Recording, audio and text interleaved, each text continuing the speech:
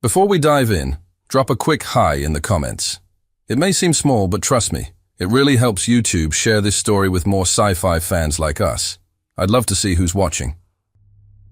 Thoom, Thoom, Thoom. The Brakari were approaching. He didn't need visuals to know that. He could feel them.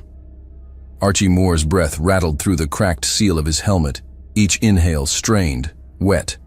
His visor was fractured, half his field of vision blurred by blood, dirt, and static. He couldn't move his left arm.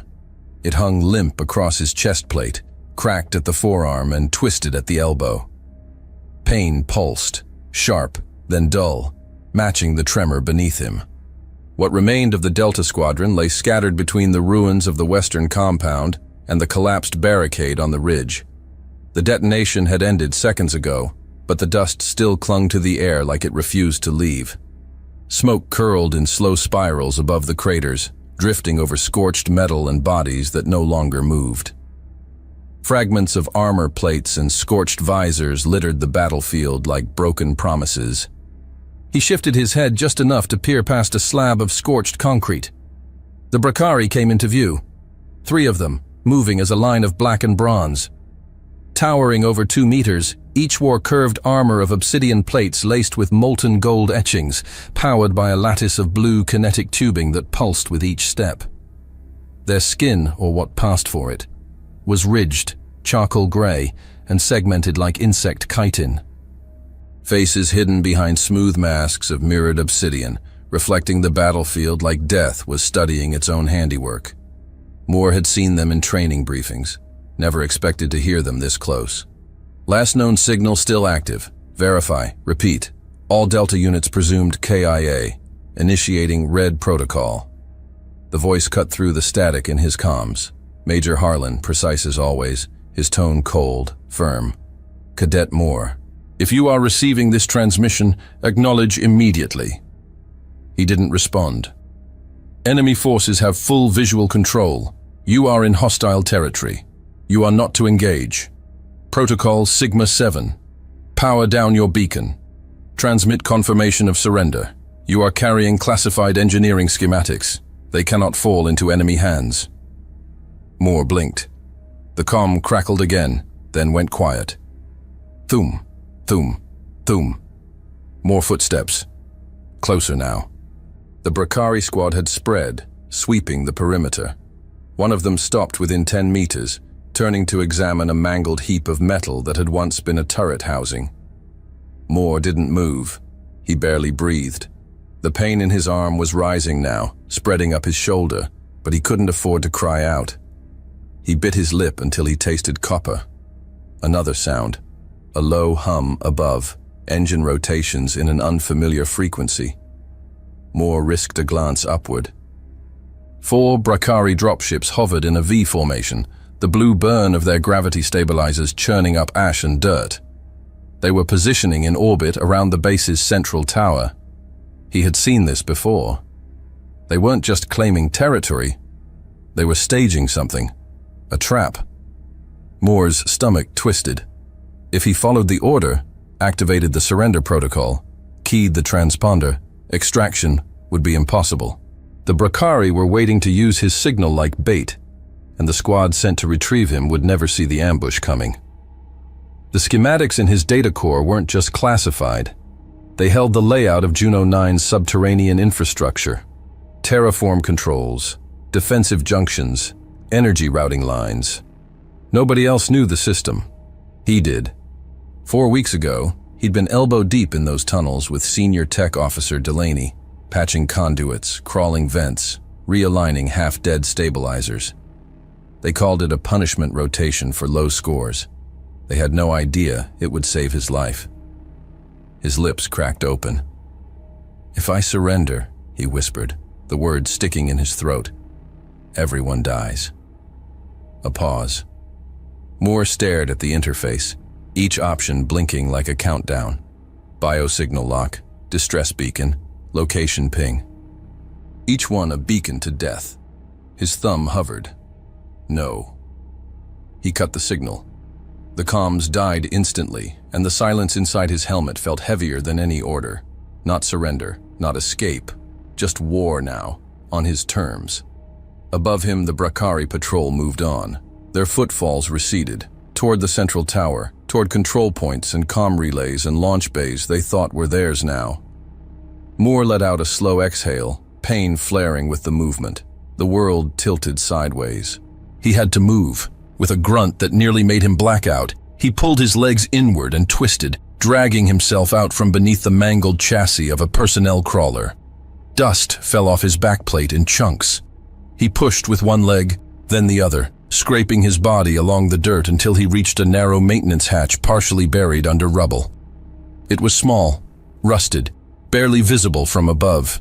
His good hand fumbled for the side panel, fingers slipping against the emergency lever. He tried again, and again. Finally, it gave a sharp click, and the lock disengaged. A hiss of pressure, a scent of burnt ozone. The hatch creaked open. Moore slid inside, vanishing into the earth. The hatch sealed behind him with a dull thud, swallowed by dust and debris as if it had never been there. Darkness took him whole. No sound, no light, just the crawl space and the war he was about to become. From above, the world thought he was gone. Below, he was just getting started. Above, the Brakari continued their march, unaware that their victory had come with an asterisk. And below, buried in shadow and agony, a cadet who'd just decided that surrender wasn't in his vocabulary, started crawling toward the one place on that cursed base he could still call home, the underlevels, where the real war was about to begin. The hatch sealed behind him with a hiss that faded into nothing, leaving Archie Moore alone in the bowels of the base. The air was thick with metal dust and coolant residue. His boots scraped against the grated floor as he crawled forward, one arm dragging uselessly at his side, the other guiding him down the narrow, claustrophobic maintenance tunnel. Darkness pressed in from all directions. He tapped his wrist module. The emergency interface flickered, damaged but functional.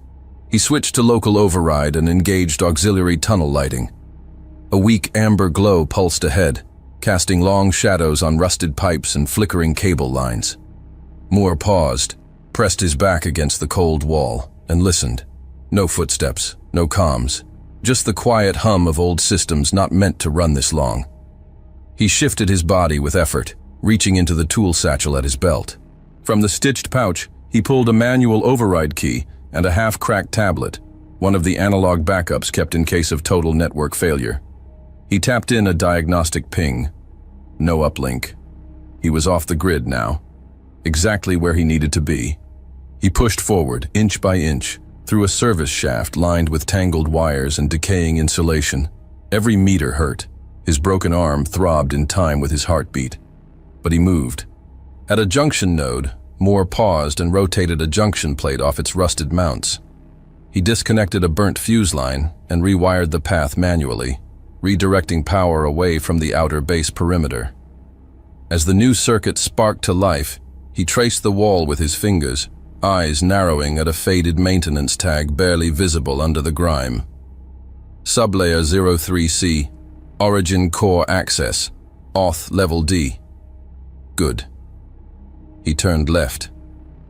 The tunnel widened into a half-collapsed sub-corridor.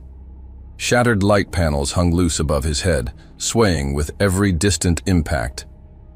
He skirted the edge of a fractured floor panel and ducked under a bent steel beam, the sharp edges inches from his faceplate.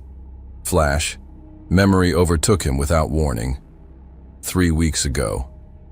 He crouched in this same tunnel, elbow deep in a faulty coolant relay while Senior Tech Officer Delaney barked instructions through his headset. Moore, that bypass won't hold if you run both junctions through it. Split the feed, stabilize the current, then test load capacity. He had done it, online. Delaney had just grunted in approval. No congratulations, just the next task. Back then, he hated it. Now he owed Delaney his life. The memory faded. He reached a bulkhead door and keyed in a code manually. The panel didn't respond. Come on, he muttered. He yanked the access cover loose and crossed 2 live wires with a short burst from a plasma cutter. The door opened halfway before groaning to a stop, Just enough. He squeezed through and entered a room unlike any he'd seen on any standard base schematic. The walls were older, reinforced durasteel rather than plasteel composite. Vents were thicker, round, and twisted like arteries around a central control cluster. Dust lay undisturbed across everything. Forgotten tech. He had found it. A control center from the first-generation terraform team, those who'd colonized Juno 9 before it was considered strategically viable. He moved slowly through the space, brushing aside a loose cable hanging like a noose from the ceiling. Control consoles blinked weakly, some still displaying half-rendered UIs in old formatting standards. One, a rust-colored terminal near the far wall, emitted a slow, rhythmic beep. Moore approached and wiped dust from the screen. The display pulsed to life. Terraformation defense systems, local node warning, system inactive, manual override required. He scanned the remaining data logs, most corrupted, others left half-finished. Report 342A, Lieutenant K. Bressman. Atmospheric spike triggered cyclonic collapse. Crew 2 unresponsive. Requesting evac from Subsector 9. Wind shear tore the scaffolding from Sector Delta. No stable exit. Operator Byrne presumed dead. Transmission interrupted. Another. Log 351C. Commander Jacob Ayres. This weather system isn't just unstable, it's weaponized. They shut it down because they were scared of it, not because it failed. They didn't bury it to forget. They buried it to protect themselves from what it could do. I'm sealing access. If this record survives, we were wrong to ever touch this planet. He stared at the console, then down at his shaking hand. A decision. He could wait. Hope the Brakari didn't find the data. Let someone else clean up the mess. Maybe they'd even give him a commendation for surviving. But then he remembered the sound of the Brakari ships above, the way they moved with purpose, the way they always used bait. He remembered the voice on the comm, cold and absolute. No. He reached for the manual controls. The console resisted. The interface flickered erratically as he cycled through the bypass sequence. The system wanted remote verification, something he couldn't give it. Moore gritted his teeth and accessed the junction board under the terminal, wrenching free the circuit lock and forcing a bridge between power conduits with a salvaged strip of plating. The screen blinked again. Manual command path engaged. A new set of yes or no options appeared. Activate sector wind field. Activate thermal destabilizer. Unlock seismic control layer. He didn't hit them yet. One mistake, and the whole section could go up in plasma. The system was barely holding together. Half the modules were running on backup from decades-old capacitors. Most safety interlocks were tripped, fried, or removed outright. Nothing about it was safe. But it might be enough. He exhaled and sat down on the grated floor, his broken arm limp against his side. Sweat beaded on his forehead, and the edges of his vision wavered from exhaustion. He looked at the options again. This was it. There were no reinforcements, no protocols left to follow, just this console and the storm it could unleash. Moore reached into a cracked compartment beside the control panel and pulled out a laminated paper schematic, an analog fallback for the terraforming matrix. He unfolded it carefully, tracing lines with one finger. Pressure nodes, wind tunnels, energy relays, emergency kill zones. It would take time. He'd have to access each zone manually, some in collapsed areas. The risk was lethal. The chance of success? Low. But he'd fought worse odds just to survive the first 5 minutes above ground. He tore the schematic in half, rolled up the section he needed, and stuffed it into the pouch at his side. Then he rose to his feet, staggered, and caught himself on the edge of the console. Step 1 was done. Now, he had to make the planet bleed. He turned and disappeared down the side corridor, leaving the ancient terminal humming quietly in the dark behind him. Somewhere behind him, history stirred and braced for what came next. The first alarm wasn't sound. It was the wind. Moore stepped into a narrow corridor, just as a low, unnatural howl surged through the air vents. The temperature dropped 3 degrees in under a minute. Condensation beaded on the inside of his cracked visor. His breath fogged the glass as he limped forward, boots squelching on moisture-slick metal. The smell of rust had shifted. Now it carried something acidic. Wrong. He glanced at the laminated schematic again. The activation of Winfield Sector 4A was supposed to produce turbulence over time, minor pressure shifts, but the climate engine, degraded and ignored for decades, had reacted like a dying animal, instinctive, violent. Moore pulled himself into a recessed control closet and sat against the wall. His arm ached so badly he couldn't feel his fingers anymore. He reached up and snapped open the latch of his helmet just enough to spit out the blood pooled in his mouth. It hit the floor in a thin string and vanished into the grated flooring. Then came the low-frequency hum. He leaned forward. The hum wasn't from inside the base. It was from above. Bracari sensors. He pressed his back flat against the wall and killed his module's emitters. Moments later, through the narrow slit of a broken ventilation grate, he saw them pass. 2 shadows moving along the upper hall. Bracari scouts. Their sensor mantles dragged behind them like folded wings, brushing the floor with a soft static hiss, their helmets flaring with bio-optic pulses as they scanned the corridor. They moved fast. Too fast. That meant confidence. Good. He waited until the last trace of their footfalls faded, then reactivated his module and opened the auxiliary panel on the wall. Inside, he pulled a backup capacitor, a set of wire spools, and a strip of cracked ion tape. He moved fast, silent, sliding along the wall into the next service bay. This one had collapsed partially. The overhead support beam had given way weeks ago, maybe more. A pile of structural plating lay buried under broken conduit. It was perfect. Moore kneeled with effort and began unscrewing the casing of a burnt-out relay box. He connected 2 of the capacitor wires to the exposed leads and ran the remaining length beneath the loose floor panel. From a side pouch, he retrieved 3 damaged explosive cores he'd scavenged from a downed autocannon an hour earlier. Warped, half-melted, but still volatile. He used ion tape to fix the first one to the floor's edge. The second, he nestled under the fallen beam. The third, he left unarmed, bait. He connected all 3 to a proximity sensor wired to the capacitor's power draw, then spliced in the emergency field spark igniter he'd cannibalized from his own EVA suit. He activated the failsafe and moved. Fast. 1 corridor down, he doubled back through a lateral vent system and settled behind a ventilation port, where the slats gave him line of sight to the kill zone. He waited. From the west, footsteps echoed. Bracari. This time 4 of them. One of them, a rank insignia on his shoulder indicated squad leader, moved with a measured gait. His armor was darker, heavier, and bore marks of field repairs, jagged welds, extra shielding bolted to the forearms. Their exosuits released short bursts of hydraulic pressure as they advanced. Moore's hand hovered over the trigger module. Not yet. The first 2 Bracari stepped over the pressure plate without triggering it.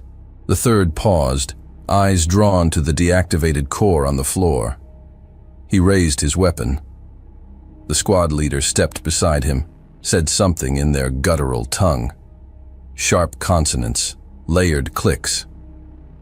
Moore couldn't understand it, but the body language was clear, dismissive. He pressed the trigger. A whine. Then the floor under the lead Bracari gave way, just enough to drop them an inch. As they shifted, the taped beam above cracked free and fell. One tried to leap clear. Too slow. The core under the beam ignited first. Superheated shrapnel burst across the corridor. Then the capacitor discharged into the pooled coolant near the wall, and a surge of current blasted upward, catching the squad leader's mantle. For a second, it looked like they were being devoured by lightning. Then, silence.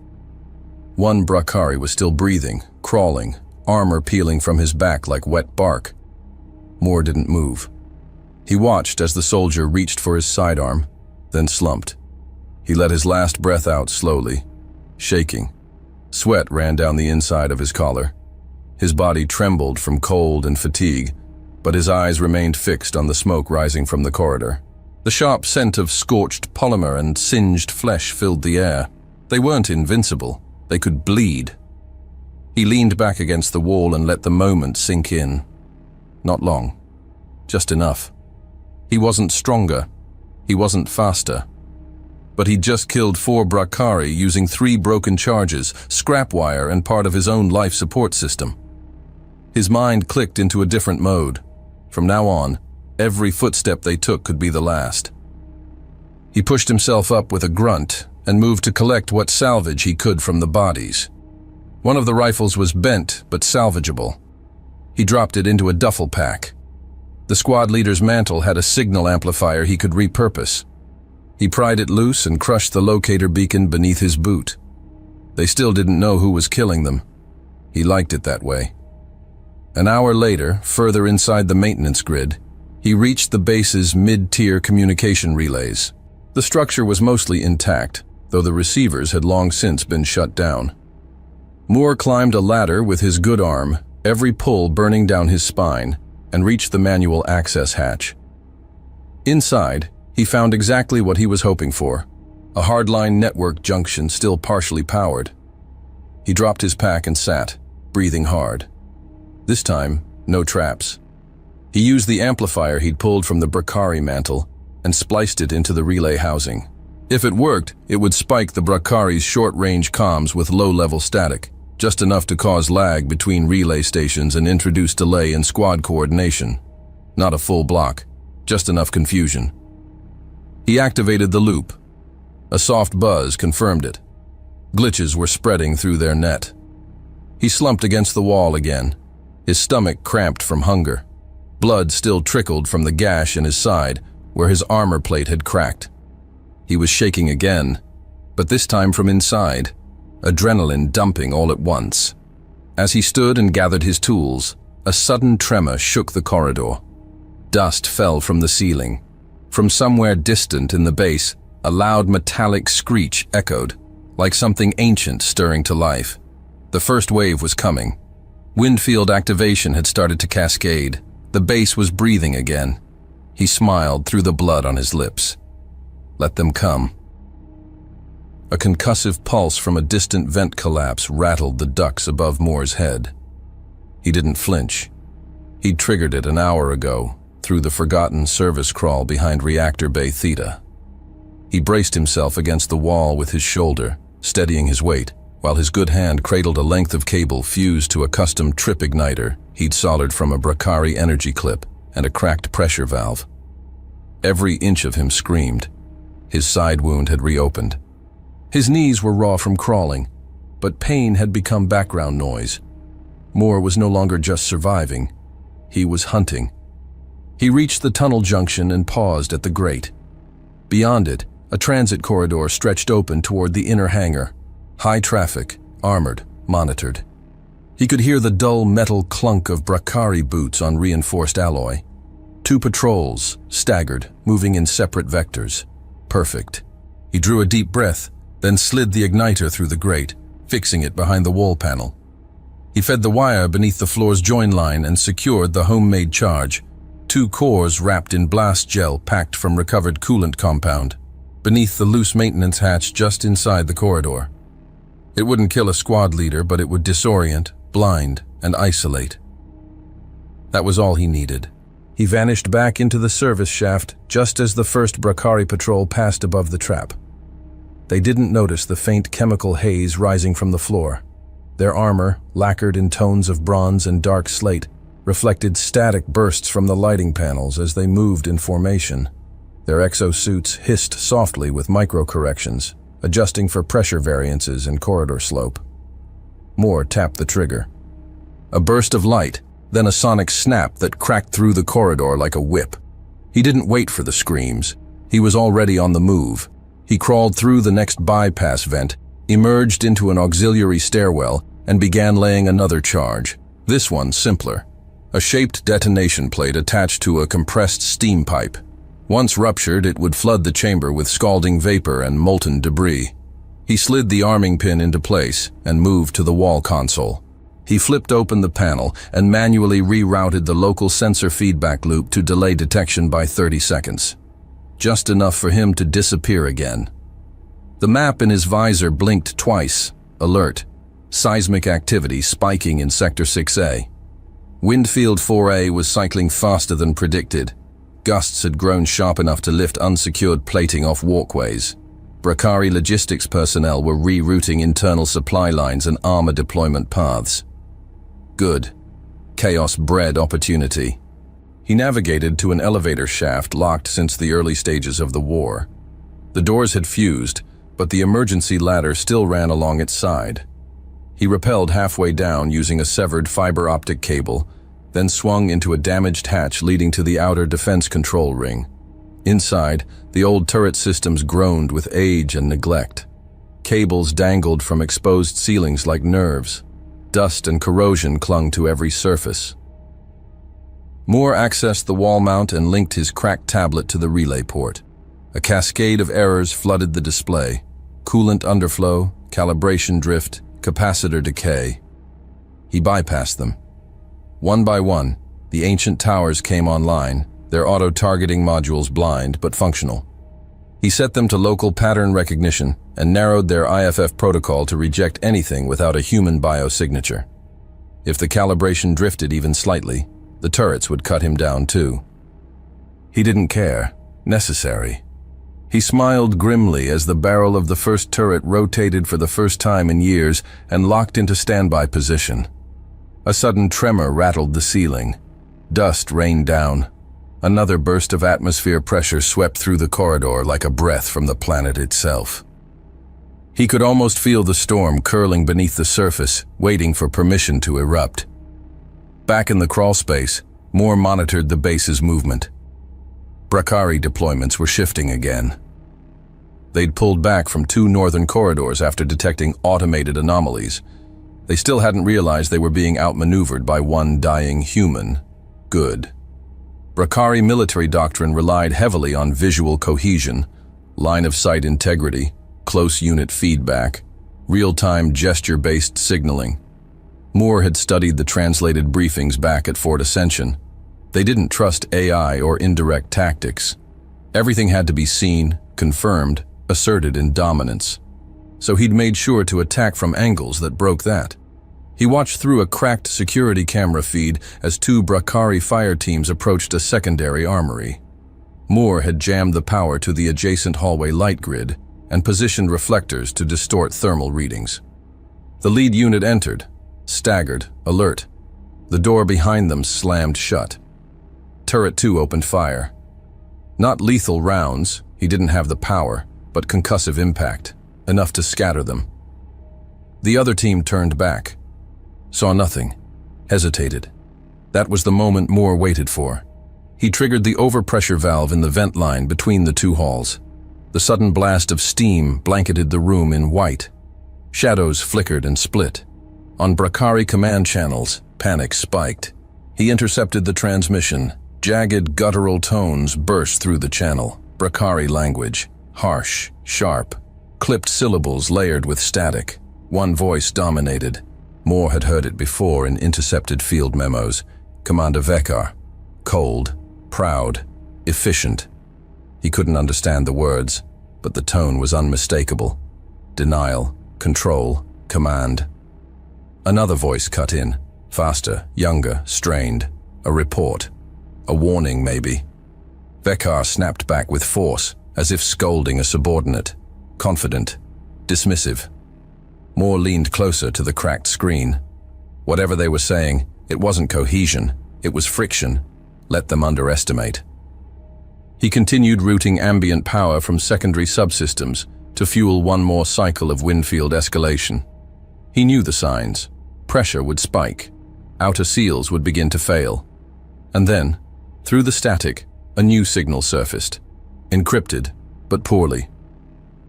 Moore rerouted it through an unused debug utility in his comms interface. Something left buried in diagnostic firmware. From there, he caught a partial auto-translation. He cleaned the signal and pushed the audio through.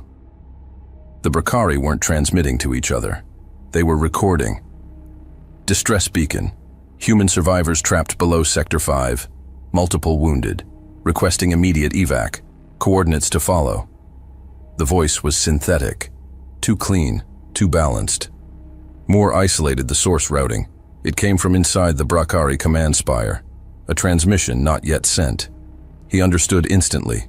They were building bait. The Bracari intended to mimic a human transmission. Use a voice pattern to draw reinforcements. Maybe even intercept a rescue. They were building the lie he'd chosen to survive. His jaw clenched. He copied the transmission stub to his tablet and marked the command spire for breach. They wanted to fake a voice. He'd give them something real. The override key snapped in half as Moore forced it into the corroded console. Sparks leapt across his hand. The relay hub groaned under the strain as he bypassed the final lockout. The core processor flashed red across the interface, warning of systemic overload. He ignored it. Outside the access panel, the pressure differential had already dropped 6 points. Winfield had reached Phase 3. The base's atmospheric regulators were no longer regulating anything. They were feeding chaos. Through the floor vents came the sound of screeching metal, pipes expanding, walls groaning as if under tectonic pressure. Moore felt the weight shift above him. Part of the substructure was buckling. If the load-bearing beams went, the entire southwest quadrant might go with them. He confirmed the override and pulled the release trigger. The climate engine roared to life like a wild animal snapping from sedation. Warning beacons lit across the schematic on his cracked display. Ion radiation spike, Sector 9C. Thermal shear detected. Level 2 ventilation grid. Pressure cascade, incomplete. Emergency dampers, offline. Moore stumbled back, bracing himself against the wall as the temperature in the corridor dropped 10 degrees in seconds. Then rose just as fast. His visor fogged. Blood smeared the inside, seeping through the cracked seams of his armor. A groan echoed through the ceiling. Then a sound like something tearing. He turned. The wall beside him ruptured. A sudden venting of pressurized air blew the door clean off its hinges, slamming it into the opposite wall. A shockwave knocked Moore off his feet and sent him skidding across the floor. He hit a support pillar and stopped, gasping. He wasn't sure how long he stayed there. Breathing, shaking, blinking through the blur of pain and the fuzzing static in his HUD. Then the base trembled again, and he forced himself upright. He limped into the adjacent junction corridor, hand pressed to his ribs. Something was wrong. Sector 12's relay node wasn't responding. The storm had knocked it offline. If he didn't get it back, the entire climate chain would desynchronize. He'd lose the pattern. The chaos would become indiscriminate. He reached the manual ladder and started climbing. Every rung tore at his shoulder. His fingers were numb, his vision narrowing at the edges. By the time he reached the access hatch, his legs felt like stone. The hatch wouldn't open. He slammed his fist against the panel. Nothing. He gritted his teeth, pried the casing off with the edge of a snapped torque wrench, and crossed the ignition leads manually. Sparks kissed his glove. The hatch hissed, then gave. The room beyond shimmered like a furnace. Pipes along the wall hissed violently, bleeding plasma and coolant into the chamber. He could see the relay housing, but it was 10 meters across open floor now, slick with conductive fluid and glowing heat fractures. He hesitated, only for a second. Then he ran, into steam, sparks, and the possibility of never standing again. Halfway across, a pulse from the floor plates triggered a micro shockwave. The blast lifted him clean off his feet. He landed hard, slid, and smashed into the control pillar. His vision went white. For a moment, the only thing he could hear was the sharp whine of internal suit alarms. He forced his eyes open. The relay terminal was in reach. With trembling fingers, he reached up, accessed the housing, and stabbed in the hard reset pin. Sparks lashed across his gloves and suit as the system reinitialized. He felt heat tear through the back of his glove, skin blistering instantly. But he didn't let go. The terminal beeped once, reset complete. Moore collapsed backward, breathing in short, sharp bursts. The storm outside changed pitch, no longer wild, now rhythmic. The pattern had realigned. He had control again. Through the heat haze, something moved. A Brakari squad, 5 soldiers, stormed through the southern entry. Their armor was scorched and cracked, moving erratically. One of them collapsed mid-stride, twitching as a coolant leak hissed into his open neck seal. The others spread into defensive formation. Moore rolled behind the column, drew the signal remote, and keyed Tower 4's ID. The automated turret embedded in the ceiling rotated silently. Its targeting beam locked. The lead Brakari looked up a second too late. 3 concussive rounds shattered his torso plate. A second shot threw another into the far wall. The survivors scrambled, one firing blindly, another dragging his wounded comrade. Tower 5 came online and swept the hall. Seconds later, only corpses remained. Moore dropped the remote. His hands were shaking too badly to hold it. He slumped against the relay housing, breathing smoke and steam. Every movement scraped against the edges of his endurance. His cracked visor was leaking air. The backup seal hissed as it struggled to compensate. He blinked at the screen on the wall-mounted security console. A new sight, Brakari, hesitating. The feed flickered, but he saw it clearly. 4 soldiers standing at a junction, weapons raised, but not advancing. One shouted at the others. Another turned around. They weren't organizing, they were arguing. Then came something rarer than fear. One of them dropped his rifle. Moore stared. Brakari didn't retreat, didn't question. But these weren't elite units. These were soldiers who'd just watched their squads vanish into smoke, lightning, and screams. He scrubbed back the footage, watched again. The last one in line looked back before following. His helmet turned slowly, scanning the corridor behind him. Not the posture of hunters, the posture of prey. There was no satisfaction in the image, no comfort, just proof that they were breaking. He pulled himself upright and staggered to the outer viewport node. The reinforced glass had fogged, but he could still see out into the courtyard through the cracks. The air shimmered. Thin arcs of radiation flicked like blades across the open field. Torn banners flapped uselessly against slagged steel. The Brakari had dug in. They'd built trenches. Makeshift bunkers. Some were still moving, repositioning turrets, dragging wounded. He tapped the next turret sequence. Tower 6, southeast quadrant. It whined to life, then locked on. A beam shot across the field, precise and lethal. It tore through a comms repeater and vaporized the squad near it. Brakari scrambled, no coordination, no counterfire, just panic. He triggered Tower 7. Another precision strike. A fuel tank went up, and flames spilled into the trench network like liquid light. Moore could barely stand. His legs gave, and he dropped to his knees. Vision flickering. The storm roared outside. The air inside the chamber was heavy, like breathing through wet cloth. He coughed blood, wiped his mouth, and crawled toward the edge of the console. He pressed one more command into the panel, hand trembling. Pressure spike. Layer 9. Time to detonate. He leaned against the bulkhead and let the world tilt. Voices crackled through the damaged relay. Brakari screaming, some in command tones, others raw with something worse. They weren't fighting now. They were fleeing. No pride left. No anger. Only the sound of boots pounding the floor in retreat, and the silence that followed.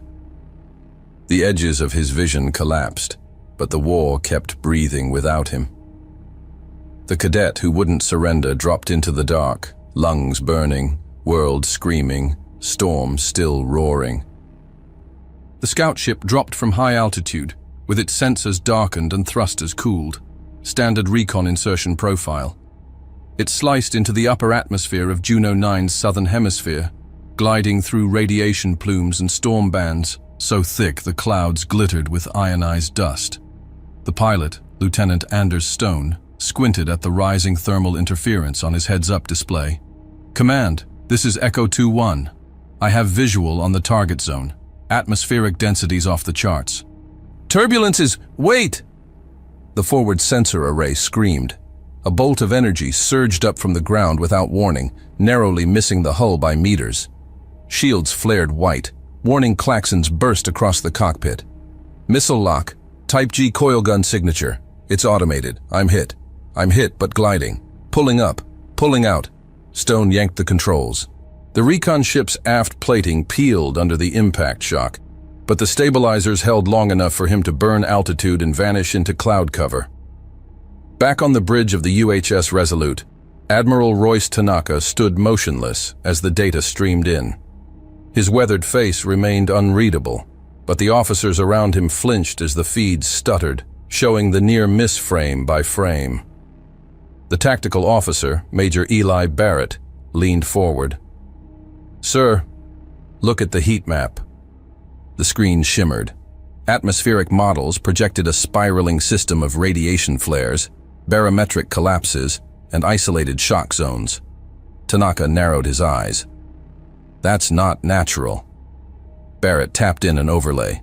"There, those storm corridors, each one has a delay pattern. Intermittent bursts, directional containment. That's not chaos, that's planning."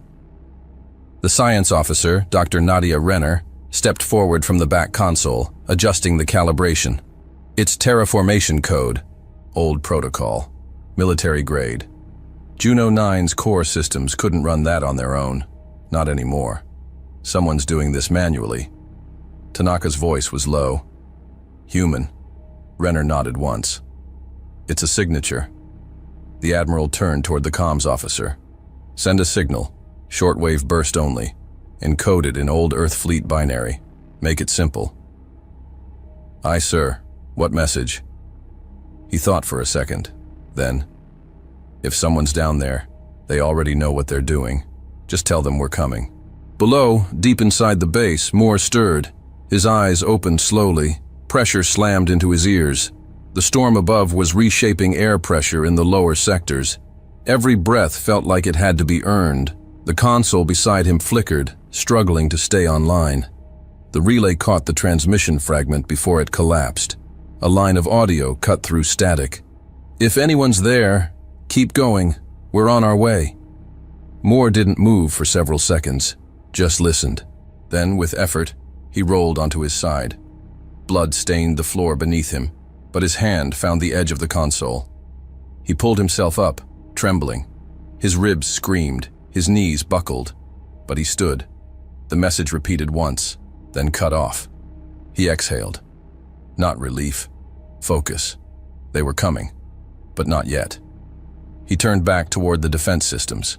A command panel still blinked, weak but functional. Tower 8 was still offline.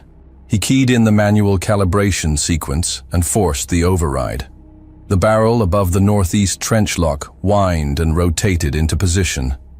Outside, Bracari movement had changed. The enemy was no longer advancing. They were moving laterally, trying to regroup near the outer edges, where wind shear and EM pulses were weakest. Retreat corridors. Moore studied the map, blinking blood out of his eyes. He saw the pattern. They were falling back, trying to escape. He wasn't going to let them. He rerouted pressure valves along Corridor Delta and opened all secondary exhaust gates. Heated gusts poured through access halls, forcing Bracari units to scatter and change formation. He re-engaged turrets across their fallback line, not to kill, but to corral. Every path that led away from the base collapsed in flame or wind. They had nowhere to go. Inside the main compound, Bracari squads clustered near cargo lifts and staging bays, dragging crates, salvaging armor, barking orders in sharp, guttural bursts. Commander Vekar emerged from a steel-shielded forward post, his armor streaked with ash. One side of his helm had cracked, exposing bone-like dermal plating beneath. He shouted something at the crewmen near the evac shuttle. They hesitated. He struck one across the head, knocking the Bracari to the ground. Another flinched, but didn't move. Above them, Tower 8 spun. Moore didn't fire. He waited. He activated the vent flow beneath the launch pad instead. A burst of wind and plasma shot upward, flipping the shuttle onto its side. Metal screamed. The evac zone disappeared in smoke and debris. Panic rippled through the survivors. Moore switched channels, toggling to a dormant speaker node embedded near the East Trench, a leftover from the early colony days. Static cleared. Then his voice, rasped, burned, and low, carried into the open air. "You're not going anywhere." Brackari froze. Some turned toward the sound. Others backed into the trenches. A few dropped their weapons entirely. Vekar stared at the speaker, his cracked visor catching the flickering glow of nearby fires. The lower half of his mask was scorched black, and a faint tremor ran through the armor at his throat. His stance was rigid, fists clenched, but his head tilted slightly, uncertain, like a predator that had just realized it had stepped into another hunter's trap. Moore cut the feed. They would break themselves now. He opened the final sequence. Localized weather collapse across the exterior ring. Wind, heat, and radiation. Time to converge. The trenches they had dug to protect themselves would turn into coffins. He watched the simulation run. The storm spiraled inward. Still breathing hard, he stepped away from the console, staggered toward a collapsed girder, and leaned against it. The pain was constant now, blurred. But the enemy was cornered. For the first time since it began, Moore wasn't trapped. He was the trap. For a few seconds, there was only wind. Then everything snapped. They didn't charge. They flooded, like something breaking. From the shattered eastern trench, Brackari units surged through the burning haze, weapons charged, exosuits flaring with emergency power overrides. Their formation was loose, disorganized, driven by desperation rather than strategy, but there were dozens of them. Dozens more than Moore had anticipated. The base trembled under the weight of their final push. The walls groaned, bulkheads flexed, and fragments of ceiling clattered to the floor like teeth from a dying beast. Moore staggered back from the defense console, blood drying in streaks down the side of his face. His HUD was barely functional. Every icon flickered or was fragmented beyond use. His breath rasped inside the helmet, fogging what little visibility remained. He slammed the butt of a stolen rifle against the wall-mounted control box and triggered the first series. 3 corridors lit up, then detonated. Flames erupted through the south maintenance shaft, rupturing the floor beneath the advancing Brackari. Screams tore through the vents as bodies dropped into the utility tunnels below. Another group ran straight into a plasma tripwire web Moore had stretched between 2 blown-out stairwells. Energy arced and snapped, cutting clean through armor, flash-burning flesh and metal in equal measure. He rotated back toward the command interface. A structural scan pulsed across the map. Moore redirected power to the seismic nodes beneath Section G. He keyed in the sequence with 2 fingers and a clenched jaw, every keystroke slower than the last. Pain blurred the edges of his focus, but his fingers obeyed. Seconds later, the ground beneath the center axis groaned, then dropped. A controlled micro-tremor triggered a subsurface collapse. Whole sections of the tunnel folded inward, dragging Brackari support crews and heavy weapons units into a sinkhole of fractured plating and pressurized steam. Pipes exploded like buried ordnance, and the floor heaved like an ocean under artillery fire. They were falling into their own momentum. Moore could barely keep his eyes open. Across the main viewport, the storm twisted into a new shape. Green lightning cracked through the clouds, high-altitude chemical reaction. It struck the outer shell of the base and crawled down its spine like a living thing. Then the rain came. Not water, acid. It sizzled across the ruined metal walkways, steaming on contact. Brackari infantry dove for cover. Those who couldn't reach it in time flailed as their suits began to corrode, joints locking, armor plates melting into flesh. Moore could see them from the external feed. Many dropped to the ground and tried to dig into the dirt. One clawed his way into a storage alcove and curled into a ball, limbs twitching until the camera burned out. Inside the base, Vekar rallied what was left of his command staff. They met in a half-collapsed bunker, lit by flickering red lamps and the blue static of failing monitors. The air was thick with burned insulation and the stink of panic.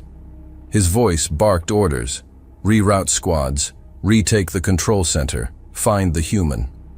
But the responses were fractured, incoherent. "No more units," someone growled. "We lost the forward squads. No response from Echo Lance."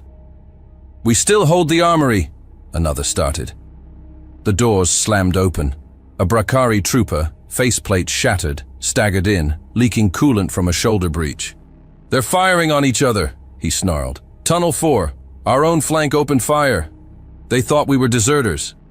"They're not wrong," spat a junior officer, voice sharp with panic. "You want us to die in that storm for nothing?" Vekar reached for his weapon. The officer drew first.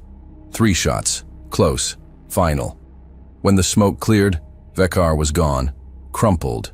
Cooling. The survivors turned on each other in an instant. Screams and weapons fire filled the corridor.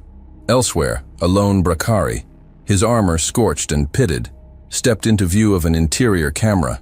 He dropped his rifle, raised both hands. Seconds later, 2 of his own shot him in the back without hesitation.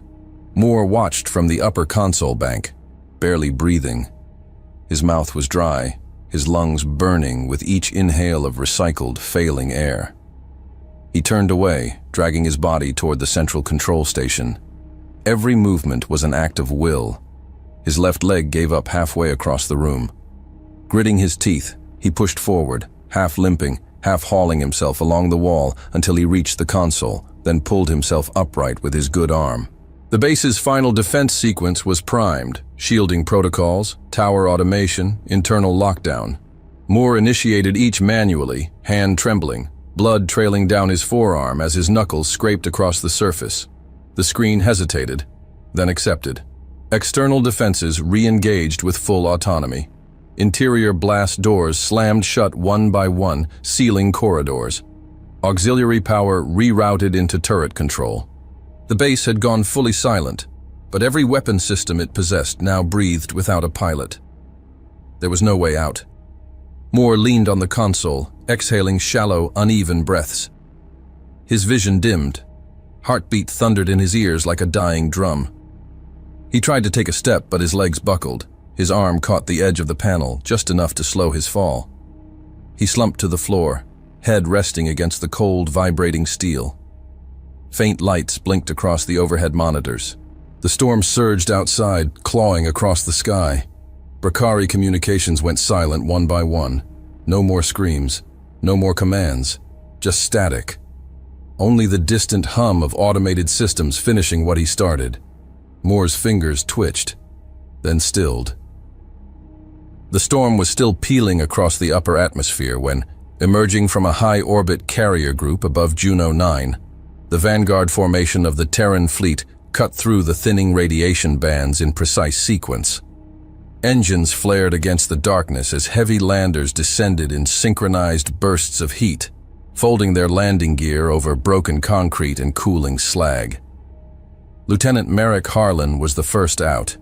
His boots hit the surface hard, kicking up fine black ash. Around him, armored recon troops from 3rd Infantry spread in formation across what had once been a Brakari-controlled perimeter. Now, it resembled a disaster site.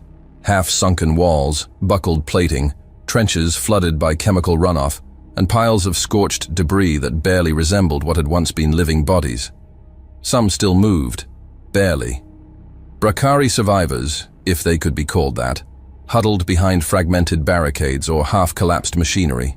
Their armor was cracked and melted in places, exosuits venting coolant in uneven pulses.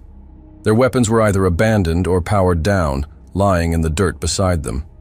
A few lifted their heads as the humans approached, their postures no longer proud or defiant, but confused, hesitant. One Brakari, slender for his species, his lower limbs trembling, stood slowly from a collapsed trench and stumbled forward, empty hands raised.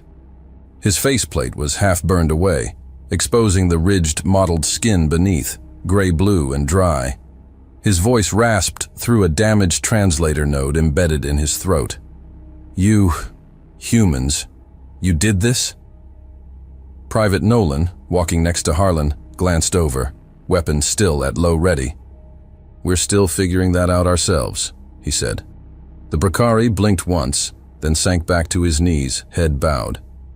Further ahead, the entrance to the inner base had collapsed inward. Blast doors half torn, defensive turrets deactivated mid-rotation. Inside, the corridors bore the signs of something far worse than a firefight. Sections scorched black, walls peeled away by thermal bursts, and streaks of corrosive residue running down stairwells like frozen waterfalls of acid. The deeper the human team pushed, the quieter it became. Dead silence. Not the alert tension of an occupied zone, but the kind of quiet that clung to places after something irreversible had happened. They passed through 3 separate sealed sectors before reaching a bulkhead that had been manually forced open, jagged, bent at the corners, blackened by fire. Inside was the control nexus, and in its center, against the far wall beneath a dead console bank, lay a man. He wasn't moving, but he was alive. Moore sat half upright, one shoulder pressed to the wall, head tilted slightly forward, blood streaked down his temple and jaw. His armor was broken in at least 3 places: a cracked chest plate, a shredded gauntlet, and exposed leg plating fused with internal components. The emergency lights above cast him in uneven red and orange flashes, like a man caught between breathing and fading. Corporal Reeves stepped in first, rifle sweeping left to right. He stopped short. "Lieutenant, we've got someone." Moore stirred at the sound. Not much, just enough to lift his head a little. His eyes opened, barely. Glazed, unfocused. Then they met Harlan's. "You with the fleet?" Moore asked, voice a dry rasp. The words barely made it past his lips. Harlan stepped forward, visor lifting. "Yes, sir. Human fleet. You're safe." Moore gave a slow nod, more reflex than gesture. His hand slipped down along his side until it touched the edge of the console. "If you want the base back," he rasped, "you'll have to clean up what's left." A pause, then, lower. "I did my part." And his knees gave. He collapsed forward, body limp, the last of his strength spent. Reeves caught him before he hit the floor, cradling Moore's torso and easing him down. The medtechs were already moving, one kneeling, pulling out a stabilizer pack, another lifting Moore's arm to insert a diagnostic probe through a burned armor seam. "He's alive," one confirmed. "Massive trauma, internal bleeding, lacerations, but he's alive." The room fell quiet around them. More soldiers poured in, their footsteps muffled by the scorched plating. One by one they stopped as they entered, seeing the control room, the collapsed consoles, the streaks of blood and shrapnel on every wall, and the man lying unconscious in the center of it all. Sergeant Calder stepped up beside Harlan, removing his helmet. "This place," he muttered. "What the hell happened here?" Harlan didn't answer right away. He looked at Moore, still breathing, barely. The man's fingers twitched faintly against the floor, his pulse weak under the scanner's feed. But there, he turned toward the comms officer behind him. "Patch me to the fleet." A beat, then, "Channel open." "Command," Harlan said, voice steady. "This is forward ground team. We have a survivor. 1 human, unassisted. Base is secured. Repeat, Juno 9 is under human control." A pause on the other end. "Confirmed. Stand by for full medical and engineering support." The line clicked off. Outside, the clouds were breaking. The worst of the storm had already passed. Wind carried flecks of scorched ash across the upper trench line. Engineers in atmospheric suits moved to seal radiation leaks. Drones lifted into the sky to scan structural damage. One of them passed over the north ridge and paused, capturing an image of a single Brakari banner impaled on a shattered spike of steel, fluttering slowly in the aftermath. Moore didn't see it. He didn't see the soldiers that paused when passing him, the way they looked, half in awe, half in disbelief. He didn't see the expression on Calder's face when they carried him out of the command center like he weighed nothing but ash and armor. He didn't feel the way the medtech whispered, "Hold on, just a little longer," or how they kept checking his pulse every 20 seconds, like losing him now would undo the entire mission. He'd already done what needed to be done. He'd turned the worst place on Juno 9 into something no Brakari would ever walk into again. And when they lifted him into the evac shuttle, wrapped in emergency mesh, the base behind him still burned, not with fire, but with the cold, humming glow of a system that had never been built to be held by one man. But it had been, because he was. Hey there, space human. I'm really curious about your thoughts on this video. Drop a quick comment and let me know what's on your mind. Or just say hi if you prefer. Either way, I'd love to hear from you. Oh, and one last thing. Every great soldier knows that to survive and become a hero, taking care of yourself is key. So before you go, check the pinned comment. Trust me, it's important. And I've chosen another video for you to watch. Just click the card here, or here if you want the whole playlist. See you there.